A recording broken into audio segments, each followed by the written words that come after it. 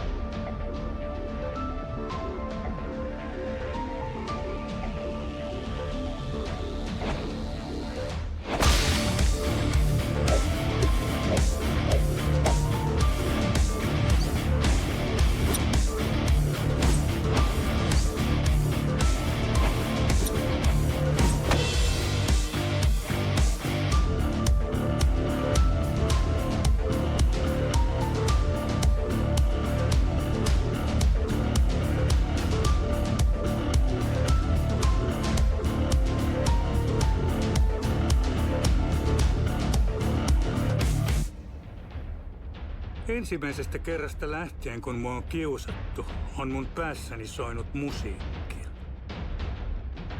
Se käsittelee sitä tuskaa, kipua, häpeää ja nöyryytystä, minkä se tilanne aiheuttaa. Vähän vanhempana, kun mua hakattiin, alkoi päässäni soida toistuvasti japanilaiset taikorummut. Se musiikki tekee musta vahvan, kivuttoman, kestävän, ja mä selviydyn sen avulla niistä pahoinpitelytilanteista.